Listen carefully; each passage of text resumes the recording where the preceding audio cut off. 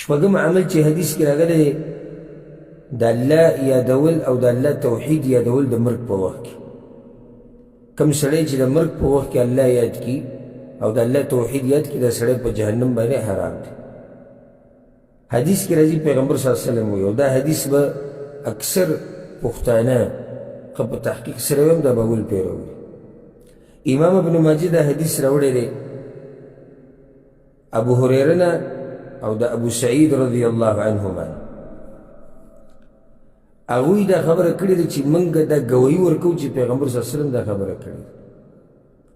اذا قال العبد لا اله الا الله والله اکبر، کله چې یو بنده ووایي لا اله الا الله والله اکبر، نو الله وایي زما بنده رښتیا ووایي لا اله الا انا وانا اکبر، زما نه علاوه الله وایي بل څوک د عبادت حقدار نشته او زه لوی یم. واذا قال العبد لا اله الا الله وحده، او چې کله دا بنده ووایي لا اله الا الله وحده، الله بیا وایي صدق عبدي زما د بنده رښتیا ووایي. واذا قال لا اله الا الله لا شريك له، چې کله دا بنده دا ذکر ووایي بیا الله وایي صدق عبدي زما بنده رښتیا ووایي. واذا قال لا اله الا الله له الملك وله الحمد، چې کله دا ذکر ووایي الله وایي صدق عبدي زما بنده رښتیا ووایي. واذا قال لا اله الا الله ولا حول ولا قوه الا بالله، چې بیا دا ووایي لا اله الا الله ولا حول ولا قوه الا بالله، الله وایي صدق عبدي. اوس وکړئ دې ته پیغمبر صلی الله علیه وسلم وایي من رزقهن عند موته، دا اذکار چې او دا د الله دا یادول په دې طریقې سره چې الله چاته د مرګ په خوا کې نصیب کړي، د مرګ په وخت کې لم تمسه النار، اور د جهنم دته نه رسي. ذکر پوره هغه داسې دی که شوق مې د یادولو هغه ځان له ځوانان چې هغوی یادوي، که د چا شوق یې د یادولو دا ذکر، نو ذکر پوره داسې دی لا اله الا الله والله اکبر، لا اله الا الله وحده، لا اله الا الله لا شريك له،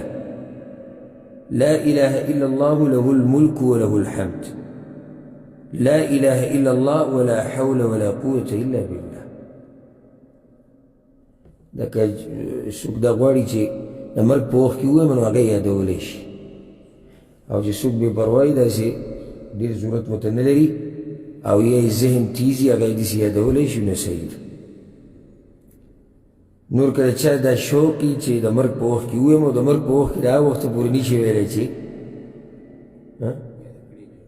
که نه جبریل به ته په ټیم کې ووایي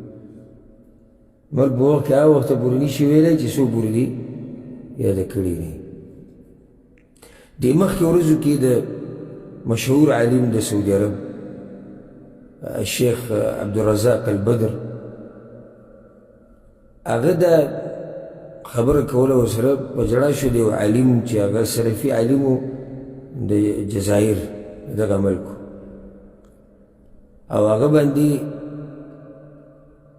کرونا وه، هسپتال کې داخل و، یعنې په آخري سټیج کې و هغه شیخ. نو د هغه سره خوا کې بل بیمار و هغه هم په هغه حال کې. هلته حدیث کې راځي پیغمبر صلی الله علیه وسلم وایي چې کله یو سړی مړ کېږي نو هغه ته تلقین د لا اله الا الله کوو. دلته شیخ په خپله هم بد حال نو هغه اسپتال کې چې کوم خدمت کوي که نارینه که زنانه په هغو کې چې کوم کس د شیخ خواله راغی نو هغه ورته ووایي خبرې نشو کولی او ساه یې بلکل ګډه وډه وه. وی ده ته دا ووایي چې صبر کوه دا دی په خوا کې چې دی او دا ذکر ورته په کاغذ باندې ولیکو ورته ووایي چې دا ډېر وایه. نو سبحان الله شیخ دا وایي شیخ عبدالرزاق حفظه الله وی عجیبه ده مړ کېدونکي ته د لا اله الا الله تلقین کوي. زنکدن د شیخ هم او زنکدن د هغه هم داسې مؤمنان د الله په ځمکه پاتې شوي دي چې په زنکدن کې بل مؤمن ته هغه د لا اله الا الله تلقین کوي. نو په پاڼې ورته په هغه ټیم ولیکله دا دعا او دا ذکر وی دا درته وایي چې ډېر وایي نو هغه کس هغه ذکر ووایي یو څو پېرې او بیا وفات شو او بیا لږ ساعت بعد وخت ډېر نه و تېر بیا شیخ رحمه الله وفات شو نو د قصې عنوان ډېر عجیبه دی مړ کېدونکي ته لا اله الا الله تلقین کوي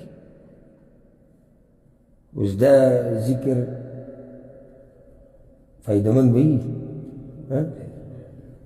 څه خیال دی که نه دا که اوس زه چاته دا ووایم چې راځه دلته ته یو کار ښیم 2 زره به میلاوېږي داسې به راماتېږي چې تپوس یې مه کوه 2 زره دلته دی پیغمبر صلی الله علیه وسلم وایي چې د مرګ په وخت کې دا کلمات چاته نصیب شو لم تمسه النار اور به ده ته نه رسي نو څو اعمال شو 6